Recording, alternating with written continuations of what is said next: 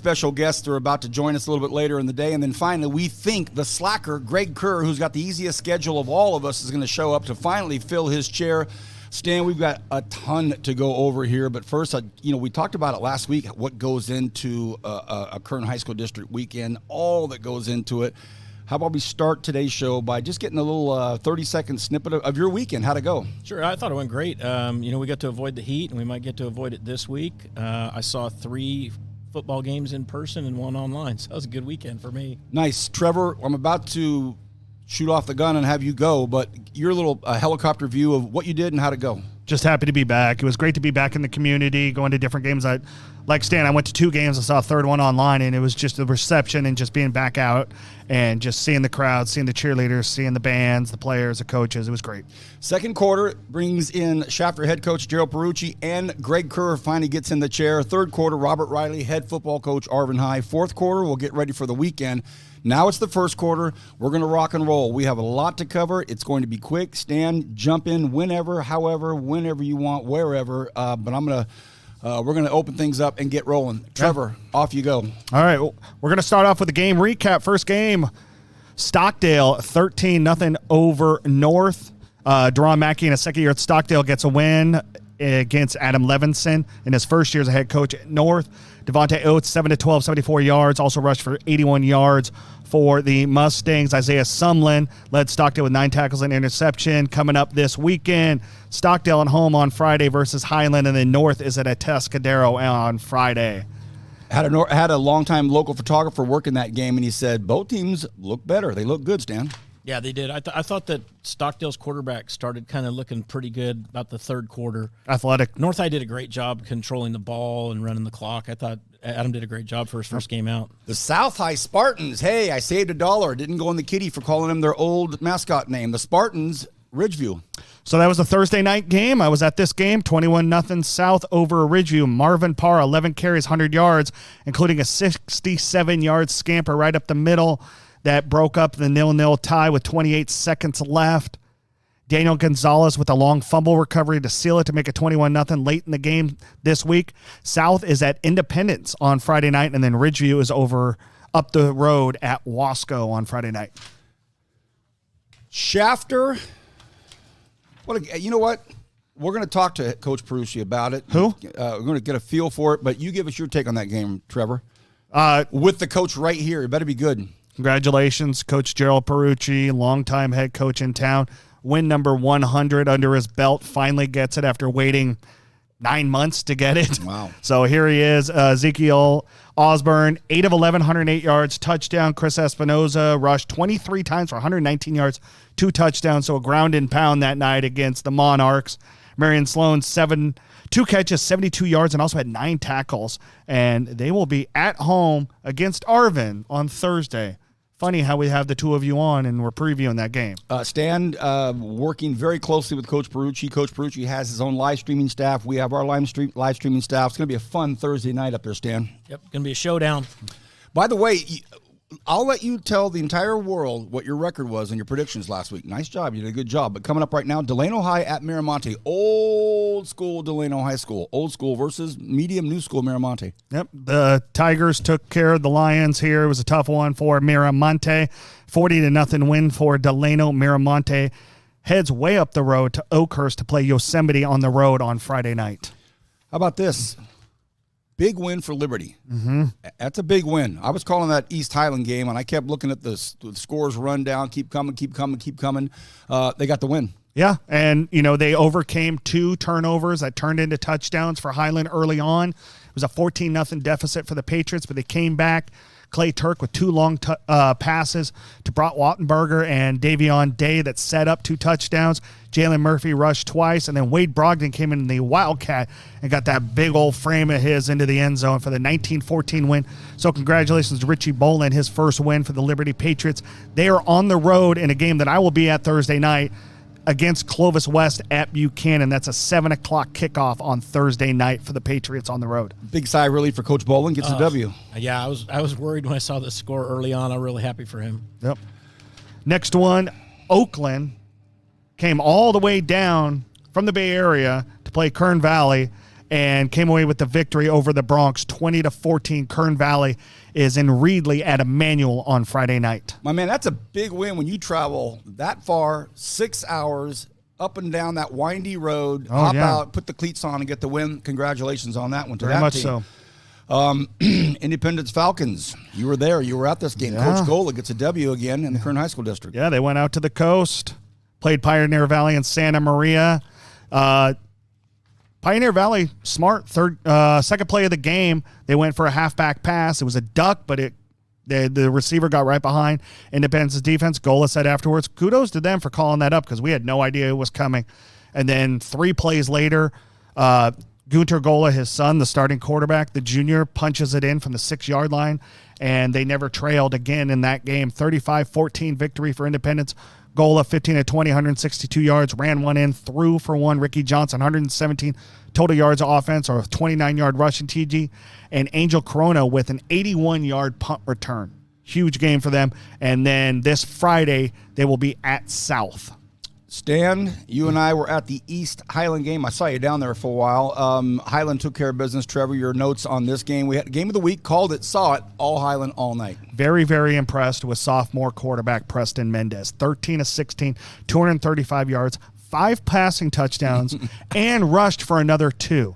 That is an absolutely phenomenal debut for that young man. We had the Kern High Network T-shirt to give out, and so Van Horn and I were on the air talking about it. You got the receiver that caught 4. Johnny Bruckner. Bruckner thought he caught 4. The quarterback was involved in all of them. I said, well, let's give it to the center. The center snapped the ball on all of them. Boy, what a great game You had that Austin Hernandez also had 140 total yards for the Scots. Also had an interception on defense. And Arnez Lee, 7 tackles, 4 for a loss, and a sack and a half. So Highland will be at Stockdale on Friday, and then Thursday night East is heading out to the coast. They're going to play Cabrillo, but that game will be at Lompoc High School. Trevor, next one, very interesting score for this next one. Take it. Yeah, it's tough when you lose 2 of your best players in program history like Golden Valley did last year after a 9-3 season. They lost to Mendota 27-12 on Friday. Surprised at this. And then Golden Valley is going to be at home this week, Friday, against Sierra Pacific out of Hanford. How about this one, Stan? You wanted to talk about this? We can talk about this one for quite a bit. We'll take a good 45-second chunk of this one. What a win! What a win up north for Frontier. Yeah, so their first touchdown was a very short field. I think it was 8 yards. Oak Ridge dropped the punt. Yep. But what I was most impressed with was Campbell. I thought he had poise, and I didn't expect it. I thought he'd be pretty good.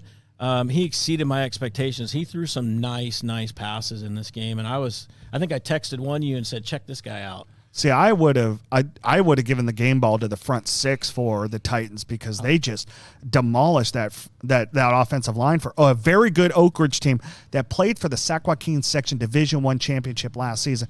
Now, they replaced a few pieces here and there, but they still have an Alabama commit and tight end, Caleb Edwards. And if you were able to watch that game online like the 2 of us did, I mean, they did everything they could to get the ball to him. He had over 100 receiving yards, but they kept him out of the end zone. The Titans go up 21-7 in the first quarter, and then nobody scores until the Titans are able to break away when R.J. Green gets it right at midfield and goes 54 yards to the house. R.J. Green, 2 touchdowns, also had a sack. I mean, the Frontier defense had about 7 sacks in that game, and then Brady Campbell, very efficient. He was 12 of 22, 114 yards. I mean, that's a very good game. And now, after traveling to Sacramento last Saturday, now this week they're traveling up to the East Bay to play Liberty High School out of Brentwood. No rest for the weary. That offensive line you're talking about, anchored by the center, a sophomore, Karsten Campbell, who was a freshman all-area center, so not bad. Snapping to his cousin. Next game, we have Morro Bay at Foothill. Yeah, tough run for Chris Weedle in his opener as the Trojans head coach. They were down 14-6, so they were in the game in the first quarter, and then Morro Bay just kind of pulled away. Their quarterback was just throwing the ball all over the place. Tough loss for the Trojans, but they'll be back at it. They're heading on the road up to Cal City Friday night.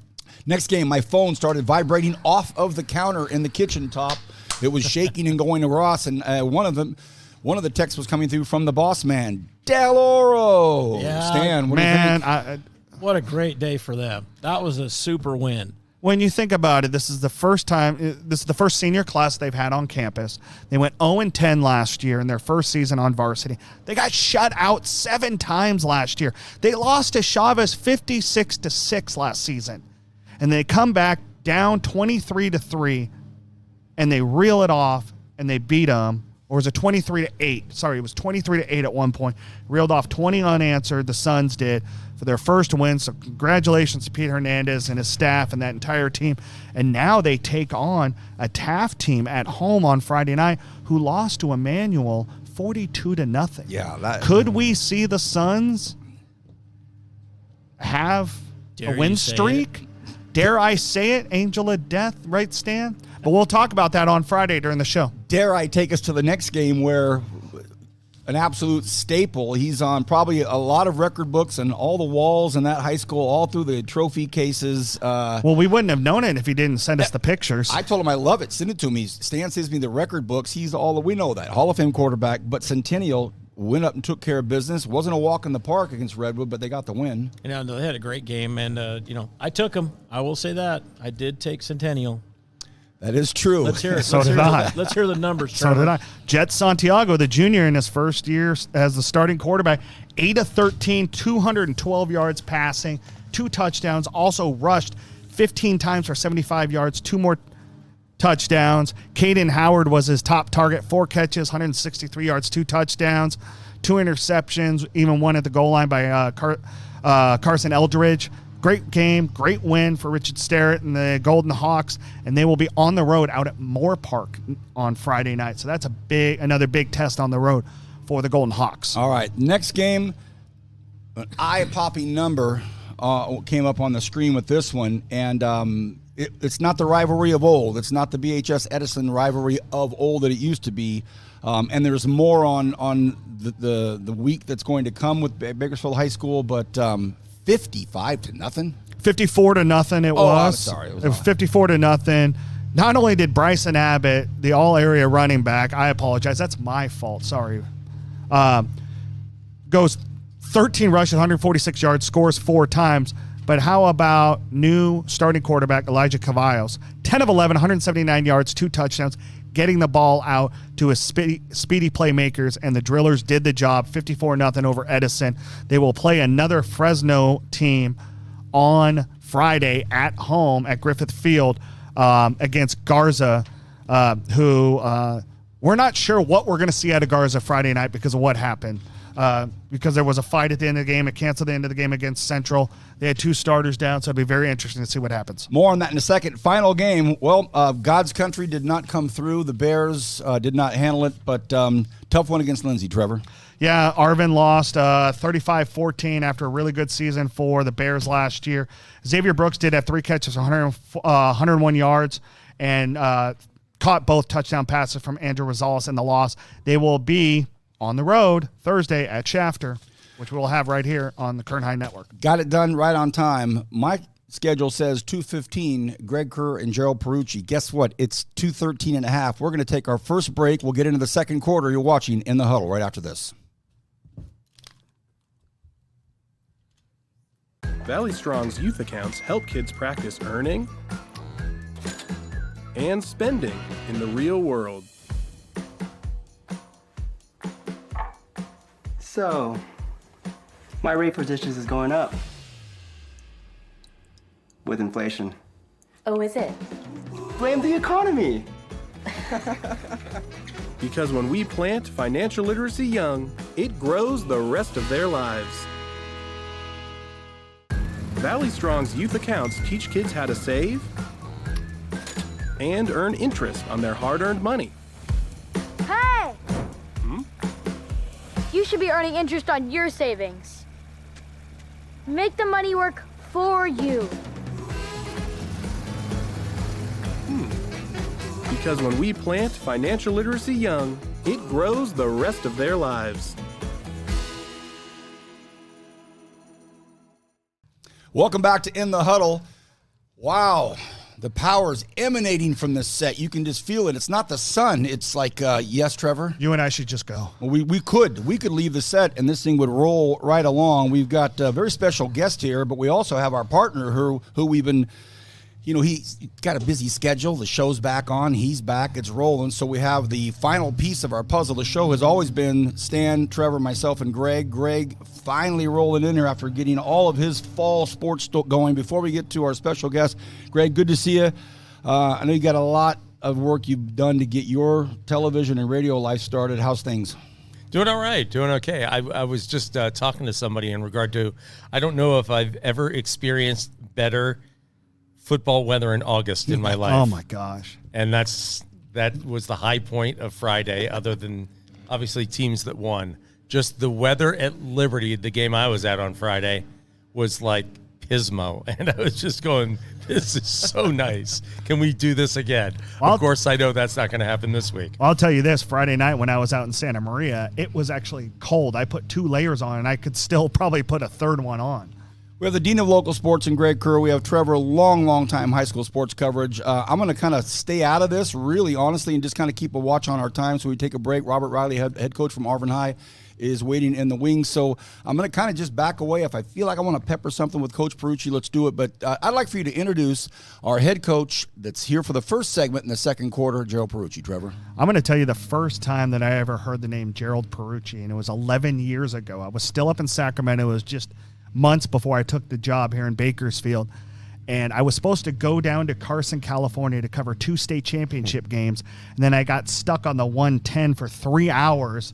And all I saw was another team winning that night.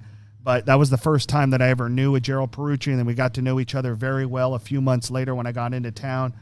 And you've been a great friend and a wonderful football coach. And here you are with win number 100 under your belt. Greg has probably seen 99 of them in person. How exciting is it finally, now that you've had about 72 hours to really kind of soak it all in, and knowing you got to put that away because you got another game coming up here in just 3 days? I was really happy to have it done. I think that was probably one of the biggest things, was just getting it over with and getting over that hump and being able to concentrate now on being 2-0. But yeah, it was cool. I think whenever, I had an opportunity, I was sitting at the front of the bus on the way home, and you just start going through all the years. I remember my first one was at West High School against a team that we shouldn't have beat, and we got that win. And then all the coaches and the players and the parents that have just been a part of the programs that I was lucky enough to lead. And you just realize how many people go into it. It's just not me. In fact, it has probably little to do with me and more about those around you. And it was just it was a humbling moment, I think, more than anything. And then obviously the outpouring of all the people through socials and then just text messages and stuff saying congratulations. It was really cool to hear from people. Some coaches I haven't coached with since they were with me at East High School reached out. So it was pretty cool. How just getting to 100 wins is incredible in itself. Doing it at your alma mater, how much did it make it that much more sweet? Yeah, I mean, I think anytime you're at your alma mater and you get an opportunity to hit a milestone, whatever it is, I mean, we're actually as a program now 10 away from being the winningest program in Shafter High history. So whenever you get an opportunity to win games there and have the success we have had, and do it at home, it just makes it even more special. I mean, I was out walking with my wife last night, and I live in Shafter, and we had people just pulling up in their cars just saying, hey, congratulations. And it just speaks to the small town community. It speaks to how much our community supports us as a football program and how invested they are in our football program. And it just adds to the specialness of the whole situation. Well, you better be careful in a small town like that, because if you start losing, they know where you live. No, that's exactly right. My first There's a for sale sign. My first year there, when I took over, was one of was the only year we didn't go 500 since I've been there, and it was 4-6. And there was a few times it's a blessing and a curse, but still it's been more positive and way less negative. So I'll take it any day of the week. What do you remember about the first win over West, and what was your record that year at East? We went, I think, 1-9 or 2-8, something like that. I only won 6 games at East High. So, that was always the year when I feel sorry for the kids that I coached because I made so many errors as a head football coach. Your first time coaching, you think you know everything, but you really know nothing. And you didn't know it all? No, and I still don't. Ask my wife. So it's just one of those things. Yeah, it was the first game. I remember going in there, and they were, I believe Greider was the coach, not the old Greider, young Greider, Chad Greider, and they actually had a pretty decent team that year, and we came in and did some things, and we kind of had a win we shouldn't have gotten. And so, you remember the ice bucket and you remember the kids. I don't remember much more than that, but just other than walking across the field going, I don't know how we won that, but that was awesome. Oh, here's to a bunch more, and then you win 2 more that year. Do you remember your first pregame speech? No. Do you remember your pregame speech from Friday? No. Actually, I did a little bit on this Friday. The first one, I think when you're, I guess I was a younger coach then, so I think I've become much more introspective in the way that I speak to my kids, whereas probably then I was much more piss and vinegar about stuff. So I'm not really sure where I was at, but I know it was they seemed like they were fired up, if I remembered. I don't know if they were or not, or they were faking it. But Speaking with head coach Gerald Perucci, Shafter High School, small town community against another small town community, very unique environment. The head coach you're going to be going against Thursday night in our game of the week is here as well. Tell us about the matchup Thursday night against the Arvin High Bears. Well, that's part of the reason why we always like to keep Arvin on the schedule. It's an old SSL rival. It's 2 teams that have played each other for a long time, and even though they've gone into another league, I think it's important to keep those relationships going. Not only that, Coach Riley and his coaches, I've gotten to know through just battling with them, and we've had some battles over the years, and I respect them a lot. I know they're good people, so whenever we get an opportunity to schedule people like Coach Riley and the Arvin Bears, I'm always willing to do it, just because it goes beyond just X's and O's and getting out and playing. It's actually getting together with people that you respect and really battling it out. Now Arvin does what Arvin does really well. They get after you on defense. They run they run a 5-2, and for us, 10 personnel guys, no tight ends, 4 wide receivers, it could be a bit of a nightmare trying to pick up that many people in the box. But they do a really good job of flying around and disrupting what you want to do when you don't run with very many guys in the box. So they do that, and offensively, they run that wing really, really well. They have a guy that can sling it a little bit.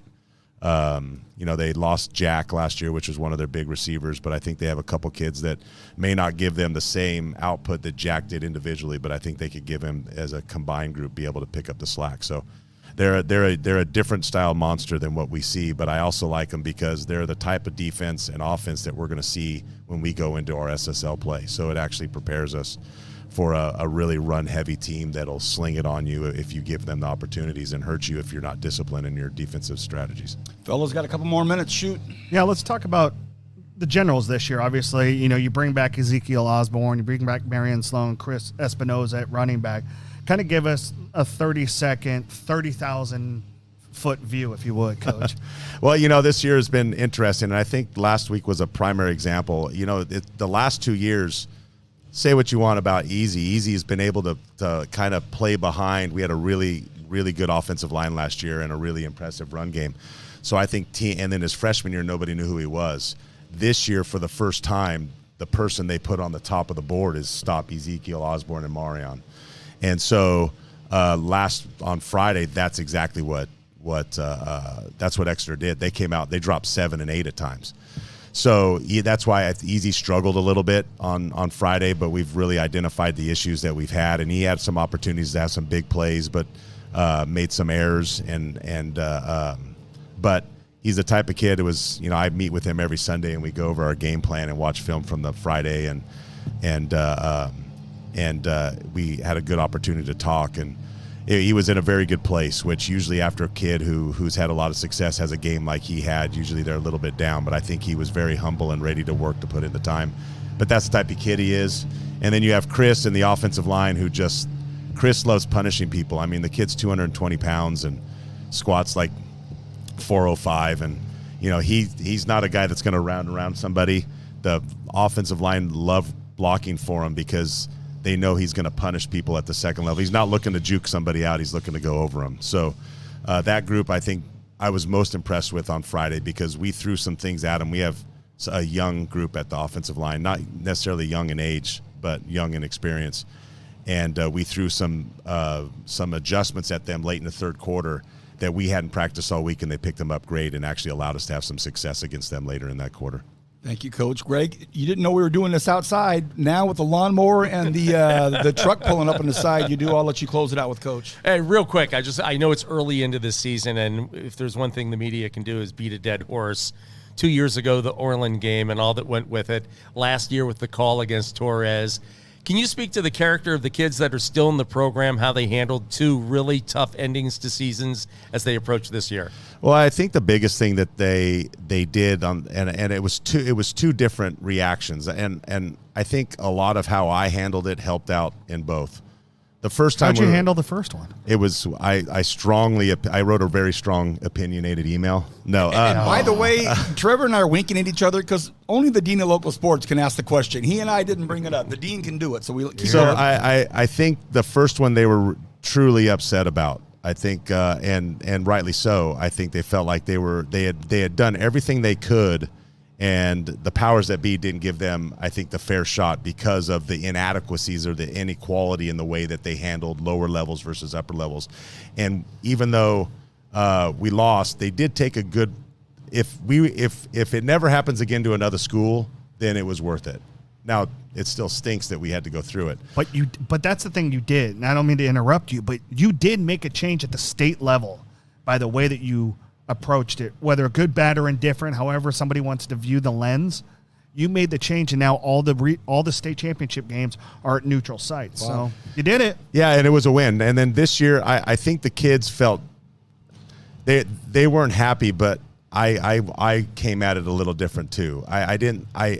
Just because I know the human beings that were behind the whistle, it did me no good to bash them. But it was the fact that the CIF and the officials, there was a huge miscommunication between those two organizations and what they should have did. And so whether the top down didn't talk or the top up, there was a miscommunications on what the proper procedures were in that moment. And because nobody knew, nothing happened. And it could have been fixed that night. So I can't tell you how many times I went to a CIF event and I had got people come up and say, hey, we're sorry what happened. But I think all of them look at, and this is what we've been kind of doing, let's just leave no doubt. Don't leave it up to somebody else to hose us over. Let's just make sure, because ultimately in the end of the game of the last year's game, we made so many mistakes in that game to keep that a game where it shouldn't have came down to a bad call by an official. And for those that don't know, what happened was you guys were up by 1, and then Torres went for 2. And the snapper is not allowed to be an eligible receiver. He was the one that caught the ball. It should have been called an ineligible catch, but it turned out to be that they did not overturn it. They called it a catch, and they beat you guys by 1 point, just for those who don't remember the situation. Yeah, and then you talk about mixed crews and officiating too. That was another thing, and I don't think they're even going to touch that. But that's an issue as well. But that's for people that get paid way more money than me. I also believe part of the confusion was the kid who caught the ball was a running back who had already scored 3 times, and so they just saw number 4 or whatever is number 3, I think, Bass. It was number 3, yeah. Yeah, 3, and they just saw, he's been in the end zone 3 or 4 times, and they didn't put 2 and 2 together that he was the snapper on that play. Yeah, he had been the snapper all game, yeah. But still, it was one of those things, and they noticed it right when they walked off the field, and they could have walked back off the field, but the head official thought that the CIF was the one that had to make that change, but it was in fact his job, and that's where the mixed communication was. So, yeah, funny story about Bass. Our baseball team plays them plays them for a Valley Championship this last year, and first time Shafter's ever won a Valley Championship in baseball. It was really, really cool. And every time he came up to the plate, our fans were yelling, "He's the sinner!" And so it was pretty. We ended up getting a good thing because our baseball team ended up winning the Valley Championship and everything else. But still, Coach, what do they say? Life is 1% what happens to you, 99% how you react to it. So yeah, I totally agree with you. And so that's ultimately the difference between, I think, 2 years ago and this last year. I kind of came after it as a righteous indignation a little bit, and then the last one was I understood the people behind it, and me ranting and raving at them was going to do nothing. They've all reached out to me and said sorry, And so ultimately, how can I, as a man of faith and everything else, hold that against some people that I know they made a mistake? It's the system that kind of failed us. Well done, Coach. Your counterpart across the chessboard will be up next in the third quarter. Coach Perucci, head coach of Shafter High School. I'll leave you with one quick question, one-word answer. The atmosphere at a home Shafter football game is? Electric. We will be back. Quarter 3, his counterpart's coming up. Appreciate it, Coach. Thank you very much. Thanks for having me, guys. This is awesome. Valley Strong's youth accounts help kids practice earning and spending in the real world. So, my rate for dishes is going up with inflation. Oh, is it? Blame the economy. Because when we plant financial literacy young, it grows the rest of their lives. Valley Strong's youth accounts teach kids how to save and earn interest on their hard-earned money. Hey! You should be earning interest on your savings. Make the money work for you. Because when we plant financial literacy young, it grows the rest of their lives.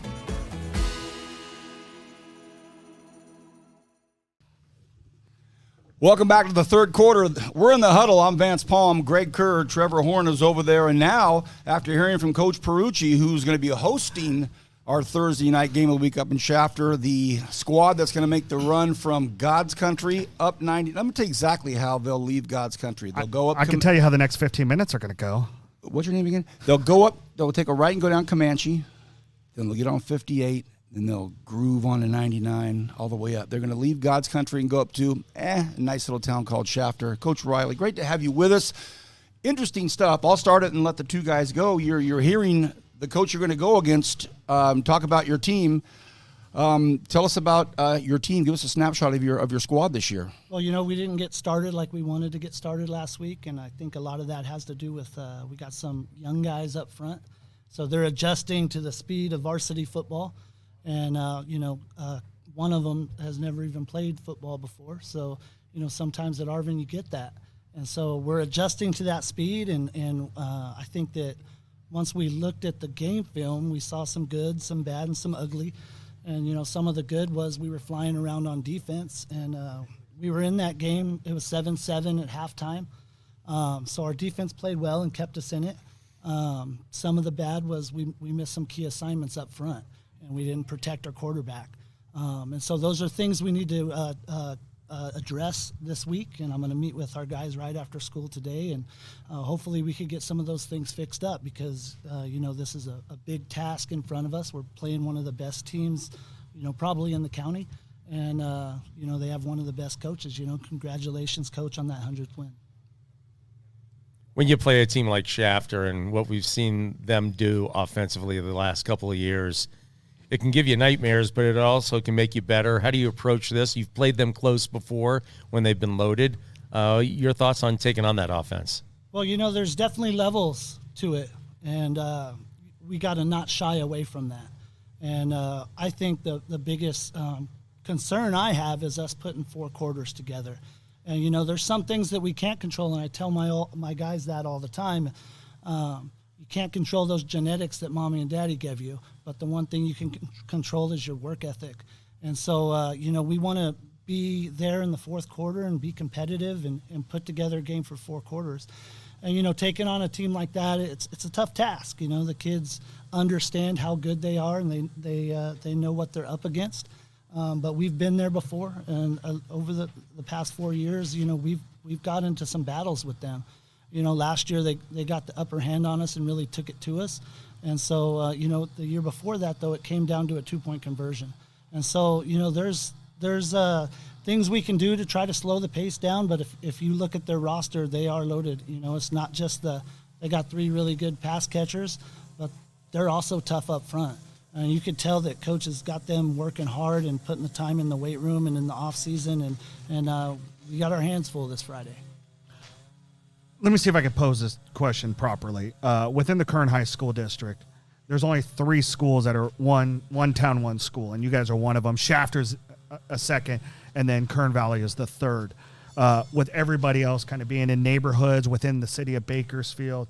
A lot of the high schools have only been built in the last 30 years. Coach, for you to be able to run the football program for one of those schools where, people in Arvin live and die by your program, how much pride do you take in that, knowing that you're the guy overseeing something that people look forward to those 5 nights every year at home? It really is everything to us. That's probably part of the reason why I fell in love with that town. And, I've been there 17 years now, and I don't plan on leaving.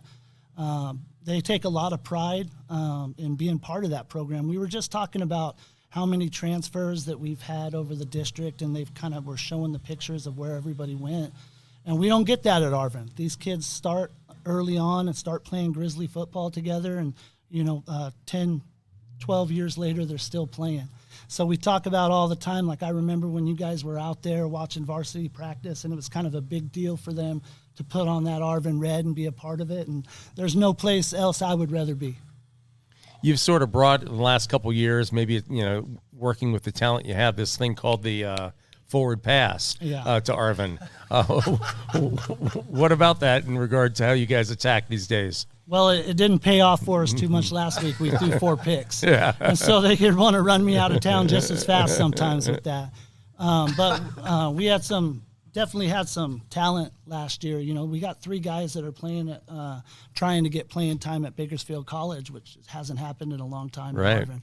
And so we're excited about that. And you guys all know. Big old lineman over there a couple of weeks ago. Yeah, Andres Alcaraz, he played for us a couple of years ago, and he went to Fresno State, and he came back, and he's just wanting to play football again. So he's out there competing for a spot, and, Jack Kastinger's there trying to get some time at the slot, and we had a tight end as well that's trying to get some work in there. So we're excited about that. But I'm also excited about the guys we have coming up. We found a sophomore, I think, last Friday. He caught 2 passes and scored 2 passes for us. He's a really good athlete that played basketball, and I saw him doing backflips in the end zone of a JV game. And I said, why aren't you catching touchdowns? And he came out the rest of the year. Peter didn't tell you about him? He scored 9 touchdowns for our JV team last year. So we're excited. His name is Xavier Brooks, and he was our player of the week last week. And so we're excited to have him, and we're going to try to get him the ball. And we just got to work on protecting that quarterback a little bit. Vance, in Stan Green's office, just inside here, there's this classic photograph of the legendary Hallmark name athletic directors. It's beyond black and white. It's like brown and yellow. It's so old. You've got Miggs, Marger, Absett in there, and there's all of these big names in there, and there's one that's in there with this big bushy mustache by the name of Frank Barley Stadium there. You're coaching in the stadium where the great Chuck Chamberlain, Bill Satterfield, he inducted into the Elias Hall of Fame. These are some big names. They're all the Hallam clans, another Arvin Bear, John Tarver. There's a like any school, there's some bloodline athletics in there, but with the Satterfields, there's a lot there. Your predecessor, Edgar Maras, was there a long time. He was not a flash-in-the-pan coach there a long time. I play in the golf tournaments that we have that Johnny Rose from the Kern High School puts together. Trevor touched on it. But you ever walk out of that locker room on Friday nights and kind of do that little walk behind the Bill Showers weight room and kind of go out there and say, wow, this is I joke about it being God's country. They get tired of it, but Bear Mountain sitting right there. Sometimes you got to go, wow, this is a pretty cool gig. Yeah, it's pretty awesome, like you mentioned some names there. We just have so much support, and a lot of those guys will show up Friday, and you'll see a lot of those old timers around, and they get excited about Arvin football still. So, it means a lot to our kids that they show up and they continue to be supportive, and we're trying to play in a way that will make them proud. Trevor, let's talk about that Horizon League with Coach. Golden Valley, Arvin, Foothill, Miramonte, Del Oro. There's already some shakeups in here in this league. It is, and it's that's one thing I want to ask you about, Coach. You guys spent decades after decades in the SSL, and then you guys get moved into this new league, and you're playing with the other Kern High School districts a little bit closer. I like to call it the Highway 58 League. Does this benefit you more? Do you miss the SSL? Where are your thoughts in how you guys play football in October now? Well, I think this league that's put together is just competitive. I think each week any school will have an opportunity. You just have to play a good style of football. And so, like, week to week, any one of those teams in our league can win. You know, Del Oro just had a big win last week against Chavez. And, you know, they have seniors now. They're going to be a lot better. Put time in the weight room.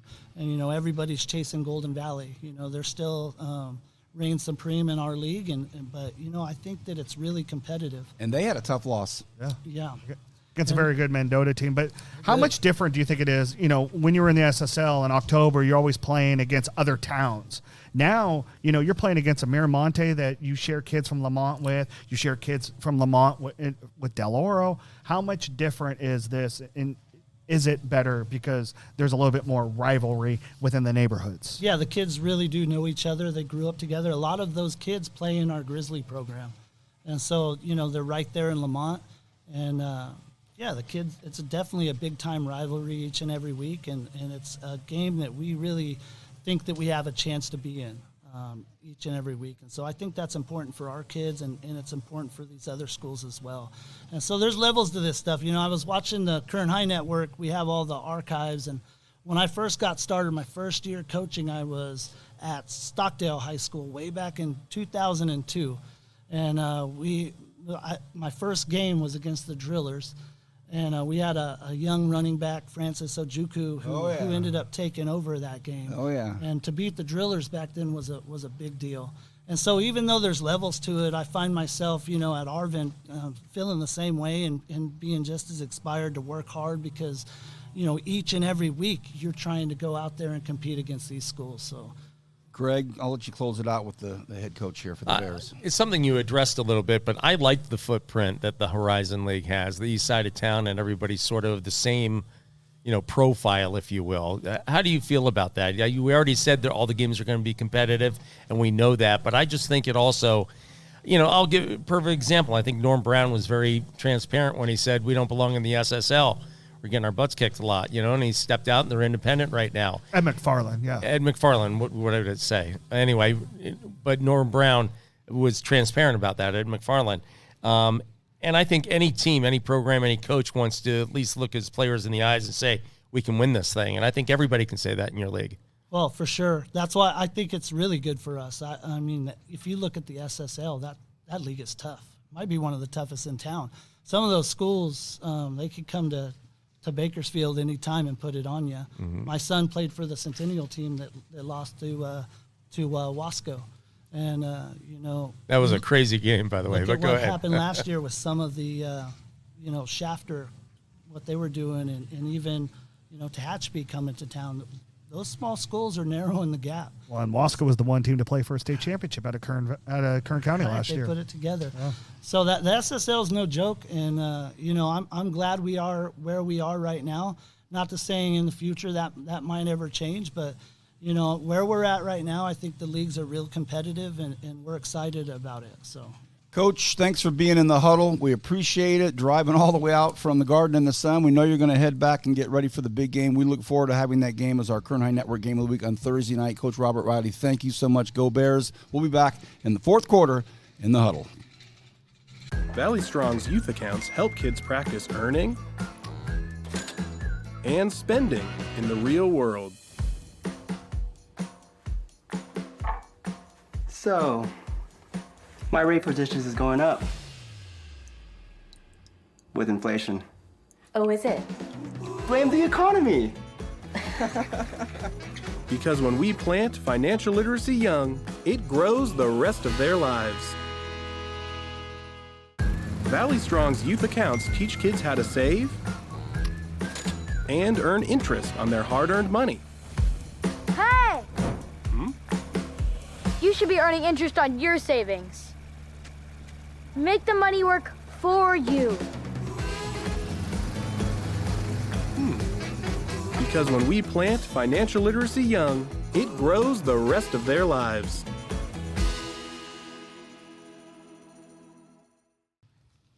Welcome back to In the Huddle. Wow, we have ran through some stuff. I want to slow it down for a few minutes here. I'm proud of you. I'm proud of you. I'm really proud of you. Stan Green, Director of School Support Services, the Kern High School District. Trevor Horn, freelance journalist. Greg Kerr, the Dean of Local Sports. Let's slow things down and talk to Greg for a few minutes. Greg, Are you intimating since I'm old it's going to be slow? No, what was cracking me up is that Robert was talking about way back in 2002, and I was going to say for Greg and I that's not that long ago. What's been happening? How's your summer been? Get us kind of primed up for your visions, your thoughts for 2024. Stan and I were talking about one thing we wanted to kind of get a feel for you was how do you see the high school athletics kind of unfolding in this fall of 2024 overall, volleyball, everything? Kind of get a feel from Greg Kerr. Well, since I took most of the summer off, I'm still trying to get back into the loop, I guess is the best way to put it. But I'm looking forward to it. Everybody asks me every year, I'm sure you guys get the same stuff, are you ready for football season? And the answer is always no until about the week of or maybe a week and a half before. Now that it's here, I'm ready to dive in. I already have in regard to football, ready for volleyball and everything else. But right now, I'm still at the got to get familiar type things. That's why I never do predictions in week one for high school football. I'm not going to pretend like I know something I don't know. Right. I got to see them at least once because the scrimmages don't tell me much of anything because some teams keep their starters out. You know, they don't even play. I've talked to a couple coaches that even said, yeah, we sat our guys. It's like the NFL now. They just sit their starters in their scrimmage. So, again, it's not like a slight toward anybody who likes to predict stuff in week one. I just don't do it because I know I don't know. I want to watch it once. Now, if you ask me, what do I like in a certain game, I can at least go off an educated guess after watching everybody play once. In the huddle next week, Greg Kerr will be making predictions. We will hold him to the fire. I'll make some because, fellas, he will have had his warm up since coming back from the Bahamas or Jamaica or wherever he was this summer. Aruba. Stan, you're giving me that look with regards to Greg Kerr. Yeah, I have a question. So 27 years in Kern County, Dean of High School Sports. What's the average lifespan of a sports guy in local media? Okay, who's 27 Yeah, years? it's not 27, it's 38. Oh, it's 37, sorry. Well, my math is a little off. Unfortunately, it's 38, but... so 38 years. Yeah. So what is the average... What do the average guys stick around for before they move to another station? 2 years, 3 years? I can't speak to the other TV stations because I don't really, chart that kind of stuff, but I do know they have had changes, and I probably get... My maximum usually with a weekend guy is 4 years, or gal, is 4 years, and it's usually, as Trevor mentioned, maybe 2 to 3 years. They usually sign 2-year contracts when they come here, maybe a 3-year contract, but if they sign a 2, they might sign another 2, and that's about it. Okay, next question. 27 to 38 years. Yeah. In Kern County. Yeah. What are your top 3 high school memories in this county? The top 3, if you had to pick your top 3. Okay, for different reasons. One would just be any Valley Championship game played at Bakersfield College in front of 18,000. I remember BHS against West was one of them. Yeah. May not have been the best game per se, but the atmosphere was fantastic. So that was one of them. 2, I remember, what was the team? I can't remember the team that was playing. I think Clovis came into town, but it was very, I could change the venue and give you the same thing. Derek Carr's last game at BCHS on the road in Corcoran in fog so thick I couldn't see you right now. God, Jeff Evans loves talking about that game. That was a fantastic game on a number of different levels just because the video was so cool. And a third high school game. Boy, I'll tell you what, another BCHS one is when Gretzky's kid and all the other, and Will Smith's kid and Montana's kid all came with Oaks. Was it Oaks Christian? Oaks Christian's the BCHS. And they came to BCHS. Will Smith apparently arrived in a helicopter and all that kind of stuff. And that place was packed out. But there's a lot, I find cool stuff in a lot of different venues too. Just, games at Arvin and that kind of stuff. Or, I've spoken to this before. I think it's really cool. The year before James Kane got to Golden Valley, they had a really bad year. And they're getting beat by 50 almost every week. And maybe their team started with 30 players, and yet they still had like 18 players come out of that tunnel 0-11. And that was cool to me that those kids stuck it out. Yeah. So I see things from different lenses as far as what you go through or what you're willing to go through. All that kind of stuff. The one school, one town stuff. So, yes, one of the more memorable things in my first year in 1987 when I was young and stupid instead of old and stupid was I got up in the crow's nest in Tehachapi at a game in December because they have so many light poles there that you can't shoot from up top, and ground level sometimes can be a little dicey. And I said, I want to get a shot from up top. So I went up top in this the crow's nest. The wind was blowing so hard, I thought I was going to die. And it was the coldest day I've ever spent in my life, and I lived in Montana for a year. So it was unbelievable how cold that day was. And Tehachapi football is awesome. The atmosphere up there. Speaking with Greg Kerr, the Dean of Local Sports. Next show, we'll do a nostalgic walkthrough of the year of 1987 when Greg arrived, Stan arrived, my senior year going into Cal State Bakersfield, Pat Douglas arrives. Talk about sea change. That was a sea change year. Any more for Greg, or are we going to move? No, we're good. I got one more though. I got to share. I got to share this. It doesn't show up for 3 weeks, then all of a sudden he runs. It's actually college though. Okay. It was Taft College playing at COS. And this was the first time and the last time that actually somebody did this. They had a guy by the name of Montrell Degree. He was number 4. He was a running back. And I was behind the end zone at COS at the Mineral King Bowl or whatever it was called back then. And he ran in for a touchdown from like 10 yards out, ran straight at me, and he stopped with his mouthpiece still in his mouth, started going, home down boys. He's the only person in all these years that ever ran to the camera and actually said the name of the show. Other people just sort of cheer, but he started talking about hometown sports. His mouthpiece was in, you could barely understand him, but I thought it was hilarious. And it's never happened since. He's still at it after all these years, Greg Kerr. You've got one in the huddle away from having to make predictions. But now, Trevor. Hi. Fourth quarter, we're in it. Friday. Well, first of all, Arvin at Shafter. We have that game, but let's start within the huddle. West at Delano Thursday night. West High at Delano. And by the way, your prediction percentage last week? 11 wins, 4 losses. Not bad. Not bad. For week 1, 11-4. And one of them I wish I could have taken back, and that was the Frontier Oak Ridge game. I gave it to the home team, and I was wrong. Stan, remember? We told him he went against the KHSD. Yeah, you deal with the River League people. West at Delano, Trevor. We have not seen West High play this year. They had a bye to open up the season. Derek Dunham's going to have a team coming out there against a Delano team that really took it to Miramonte last week, 40-10. I have got the Tigers taking this one. Sorry, guys. 35-14. I predict the lawnmower and the leaf blower will go the rest of the show. Yeah. Liberty versus Clovis West. Oh, boy, this is going to be a good one. Clovis West is a freshman quarterback that they're throwing out there.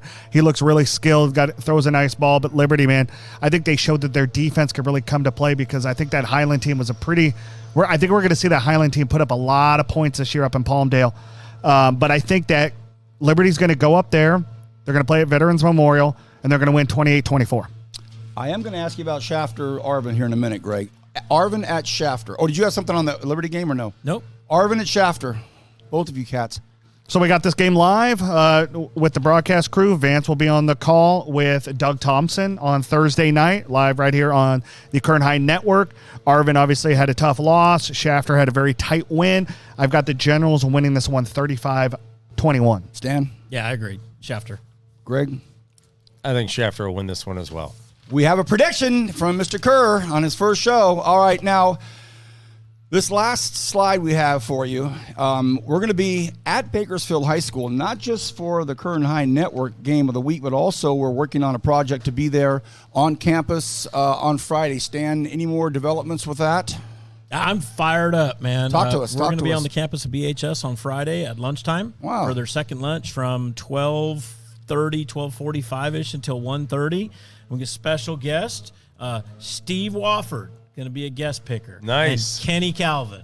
Oh, my gosh. They better driller legends. They better make some more space for those two cats right there. Garza at Bakersfield from the football side of it. Some unfortunate events last week up I-5, I-99 up there with Garza and Central. That's all behind us, we hope. But Garza at Bakersfield, Trevor. Yeah, we don't really know what we're going to see out of Garza. There was a team that played well in the playoffs last year, but really took a beating, 40-0 against Central. And I shouldn't have used that analogy, but then there were a couple fights that actually halted the game with about 8 minutes left in the fourth quarter.